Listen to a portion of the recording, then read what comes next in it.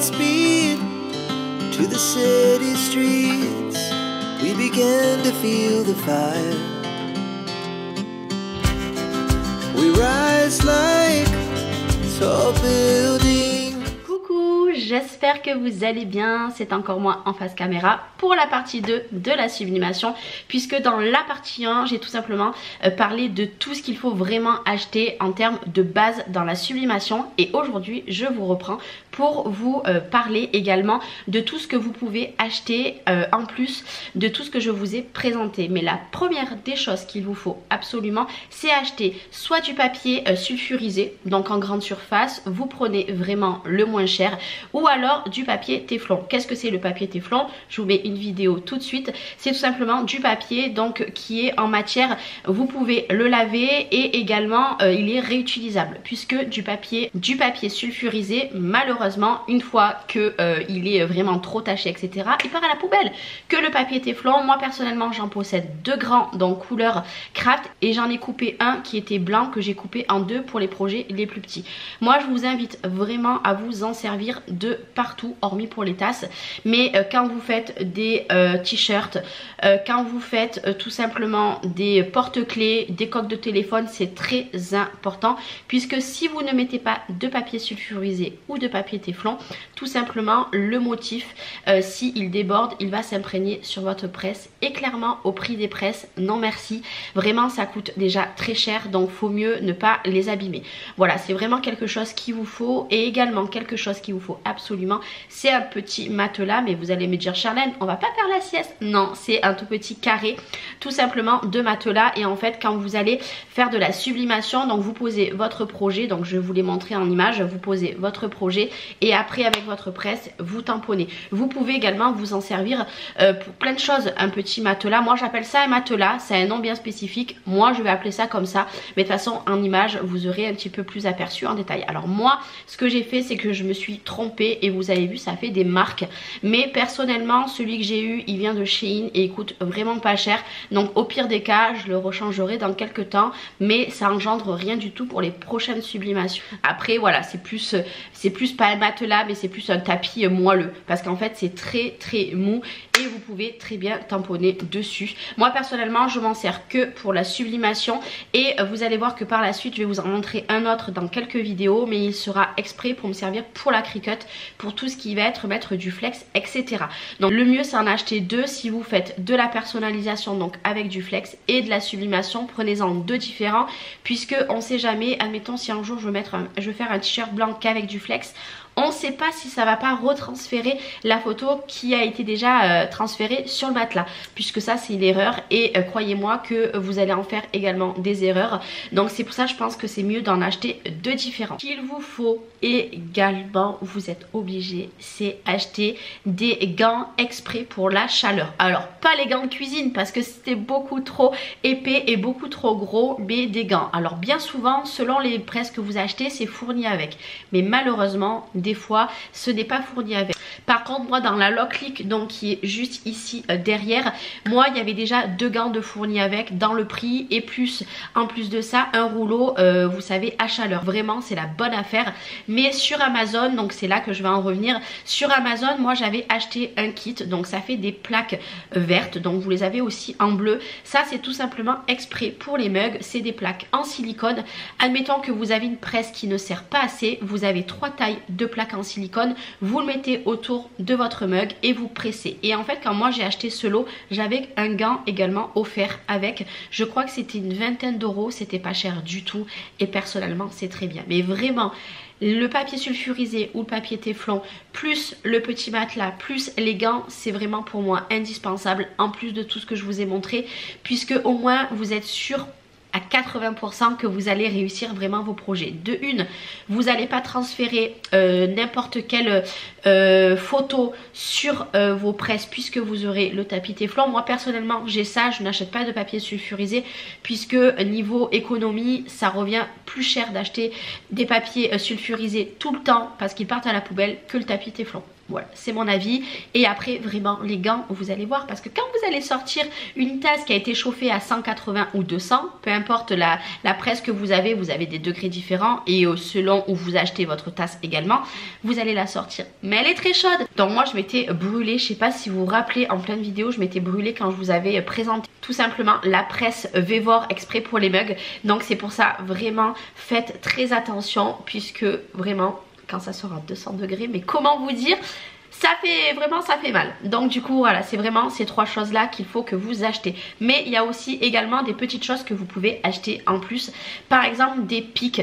Donc c'est un lot, moi personnellement celui que je vous présente c'est celui de Locklick. Normalement c'est fourni pour que quand vous faites de la personnalisation ou du sticker, tout ça, mais vraiment pour enlever tout le scotch ou alors une petite pince à épiler, c'est vraiment comme vous voulez. Moi personnellement des kits, vous avez les Cricut, vous avez les silhouettes, vous avez les crafteliers, vous avez les Locklick ou alors des marques type Shein et tout. Ça personnellement vous pouvez acheter du pas cher.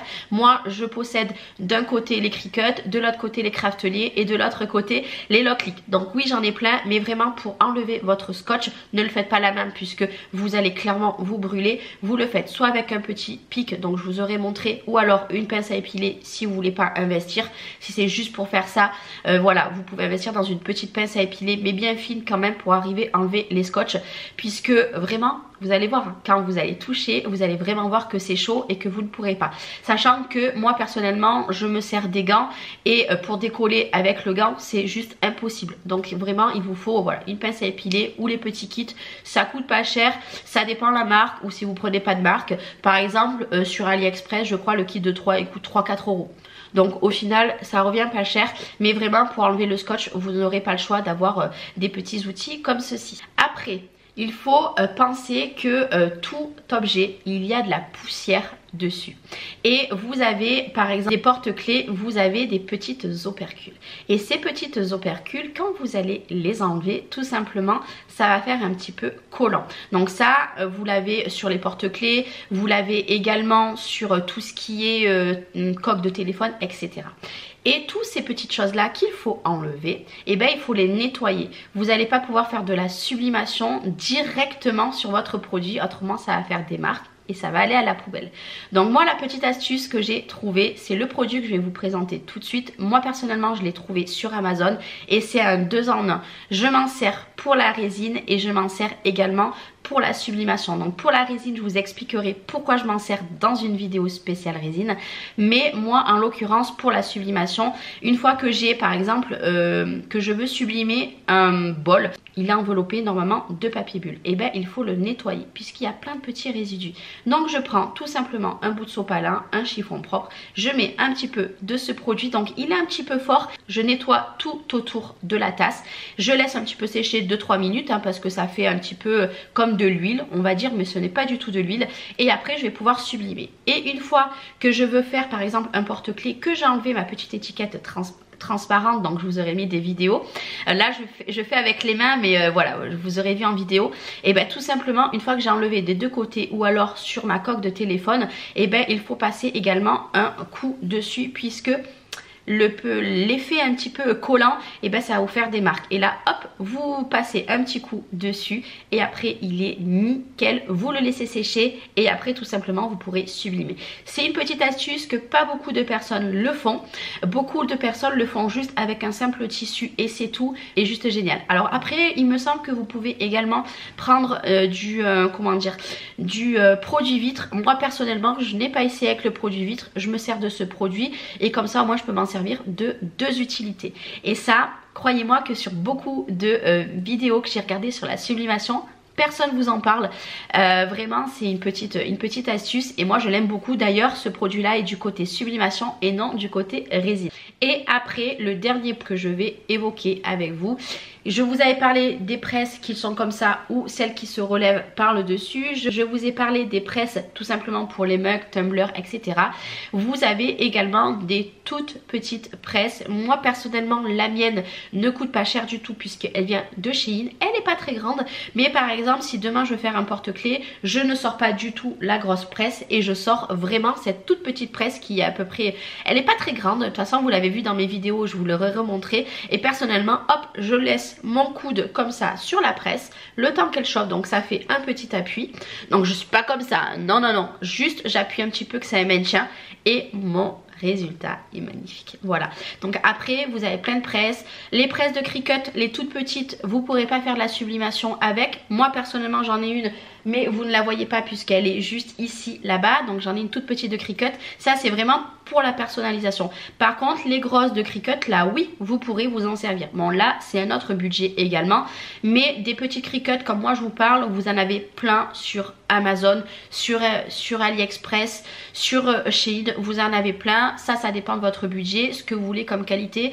Moi je vous avoue j'aimerais vraiment la grosse de Cricut, elle est couleur bleue, celle-là j'aimerais vraiment la voir et je pense qu'un jour ou l'autre je me l'achèterai, mais après ça dépend vos moyens. Mais si vous voulez faire que des petits objets type porte-clés, coque de téléphone, etc., vous voulez pas faire des t-shirts, vous voulez pas faire également tout ce qui est un peu grand, des plaques, etc., n'investissez pas dans une grosse presse, puisque là vous prenez une toute petite presse. En plus si vous avez un tout petit coin et que vous démarrez juste la sublimation, peut-être acheter une petite. Alors moi elle est vraiment petite pour faire par exemple un puzzle, ça ne rentre pas, c'est pas assez.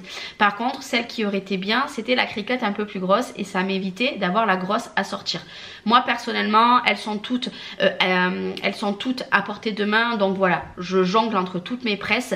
Mais encore une fois, si vous voulez vraiment faire que des tasses, investissez que pour les tasses. Si vous voulez faire un peu plus de choses, tasses, tumbler et tout, investissez tumbler. Si vous voulez faire que des gros projets, vous pouvez investir dans une presse Locklick, donc la grosse, ou alors la plus petite que je vous avais montré dans la précédente vidéo. Et si par contre vous voulez rien faire tout ça, vous voulez faire vraiment juste des porte-clés et tout ce qui est tout petit, coque de téléphone, investissez dans une petite presse et c'est tout. Les petites presses, personnellement sur des sites, je sais, chinois, vous les aurez autour des 50 à 60 euros, donc c'est pas un gros billet. Maintenant si vous avez des grosses presses, forcément c'est des budgets qui sont un petit peu plus conséquents. Après ça dépend de tout ce que vous voulez investir. Donc je pense avoir fait le tour de clairement tout ce que j'avais à vous parler. Je pense que là c'est bon.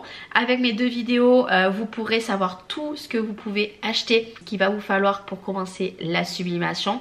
Et prochainement, donc je pense d'ici 15 jours, on se retrouvera pour tout simplement sublimer ensemble soit une coque de téléphone, soit un porte-clés. Mais en attendant, j'attends vous aussi également ce que vous voulez que je sublime. Si vous voulez que ça soit coque de téléphone et porte-clés, je les ferai en premier. Et si vous voulez que ça soit autre chose, je les ferai également avant de faire ces vidéos là. De toute façon vous le savez, j'adore partager avec vous. Et si vous me dites Charlène on veut un puzzle, alors des puzzles j'en ai que 4, il m'en reste que 4, mais si vous voulez que des puzzles, et on fera un puzzle ensemble.